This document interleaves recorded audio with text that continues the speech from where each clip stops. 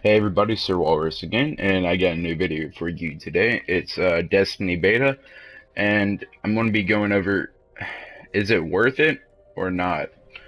So, some of the key points I want to go over in this video today is how they promised a lot of stuff in the beta, but they really did not deliver. And, like, first things first, they promised more, like, just missions besides the 5 little piece of shit story missions. That's it. You got nothing new. They reveal the moon. They tease you with the moon, but can you play it? No. They tease you with the new Mars map for multiplayer. Do you get it? No. And not until today did they add another multiplayer um, mission thing. And it's not even new. It's just the same game mode, but it's called the Iron Banner. I guess you get a reward if you win a game or something. But that's about it.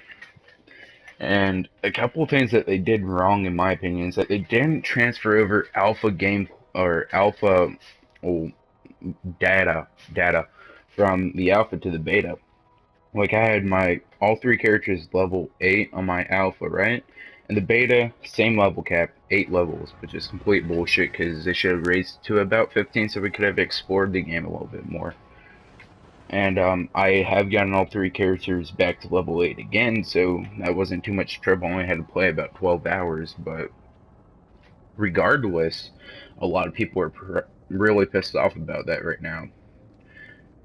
And another thing is the tower. They promised to open up that. They promised to open up that shop in the very back of the tower. Like you see that giant wall that just blocking off something. They said they would open that up for you, and they never did.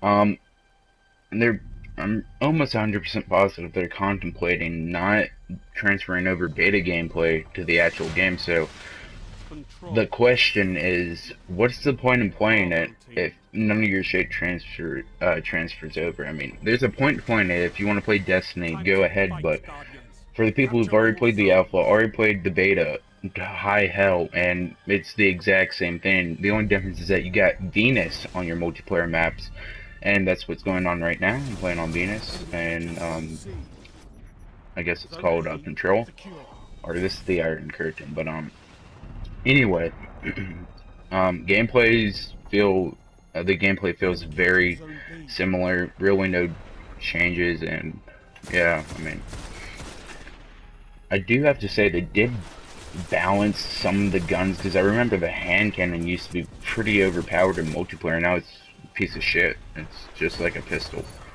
But I want to go into the story mode real quick. In the story mode, I was playing with a couple friends, and what happened is that they would go past these invincible NPCs. They're invincible. They have 3 question marks over their head, so that means they're invincible for some reason. They would somehow sneak past them, and then if they went past them for like another minute, they apparently got kicked out of the beta for a couple minutes.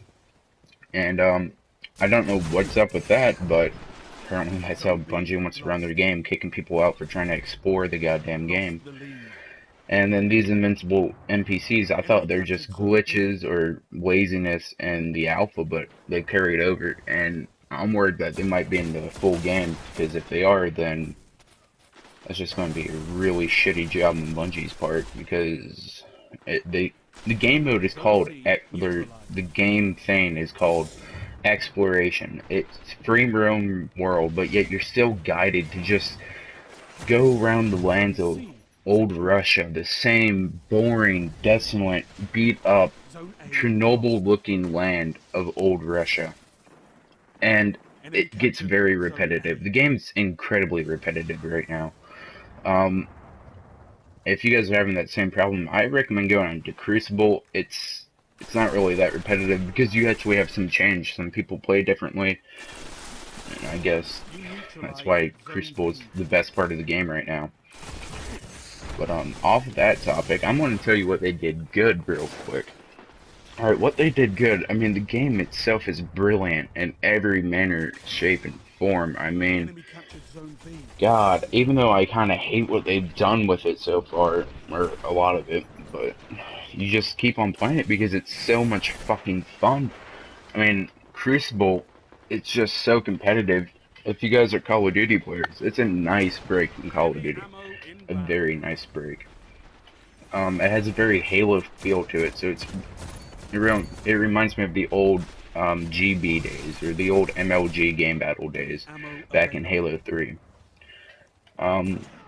This story mode, it's kind of nice they did add in a campaign, even though it's pretty shitty, but it gave you some background of Destiny. So you learned a lot of new info for all the people who like to learn all this info and kind of put together the pieces of the puzzle. It's very nice, because now you have an entire backstory, and it's a brand new world after you read all of it. And then those dead ghosts, the Gilmore cards, or whatever the fuck they're called, you can finally view them now. And they put together even more in-depth backstory. Some of them will repeat what you already heard from the voice of the traveler, but some of them are new info. And it's very great. Like me, I like to eat that stuff up because it just makes the game so much more submersive to me. And it really gets you locked into that world. The guns in the game. Now, these guns are balanced. They're very balanced. The alpha, not so much, but in the beta, they're pretty balanced. Right now, you're going to see me using a scout rifle, which is the semi-automatic version of a rifle in this game. Pulse rifle is 3-round burst. Automatic rifle, automatic, automatic is in the name. And then what they did with the specials and the heavies. Now this right here is very controversial right now. They say that you shouldn't be limited to have to pick up your ammo and Crucible with your specials and your heavies, but to be honest, if everyone was just running around with full clip of a heavy, it wouldn't be fair. Because I don't know if I get heavy ammo in this gameplay, but it's about, you start shooting at for like 2 seconds and they're fucked. But yeah, so I think what they did with the weapons in this game is very, very, very smart and very balanced. Last but not least, I'm gonna go ahead and go to the tower. Now the tower is the social hub of Destiny. It feels like the MMO part of the game. That's what it feels like. It's like World of Warcraft, or I guess you could say League of Legends in some manner. Rift, Diablo, any games like that. It feels much like that, but it's a social hub where you can go to vendors, weapon merchants, armor merchants, basically where you can exchange and buy gear for your character. What I would have to say about the social hub is the greatest feature is probably the soccer balls and the giant yoga balls that you can kick around. But in all honesty, the social hub is kind of like it's kind of like a crutch, I guess. Or it's an unwanted guest. I mean, it's good and all, but I think it could have been a lot better. Some of the gear they sell you there is really shitty. It's like for level 2s, and some of the armor there is really good, but you have to be level 20, and in the beta you can't do that shit. So, yeah, I guess, in all honesty, my review of the beta is but I'm going to have lots of Destiny gameplay to come. I hope you guys enjoy this video, and I hope you guys smack that like button and subscribe. And lots of Destiny beta gameplay to come. And I'll ABC ya. 5 minutes remaining.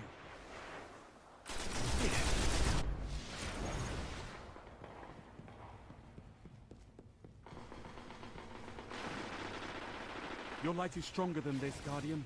Show them.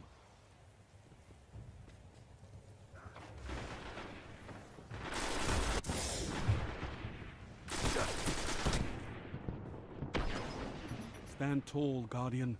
This battle is lost, but there will be others.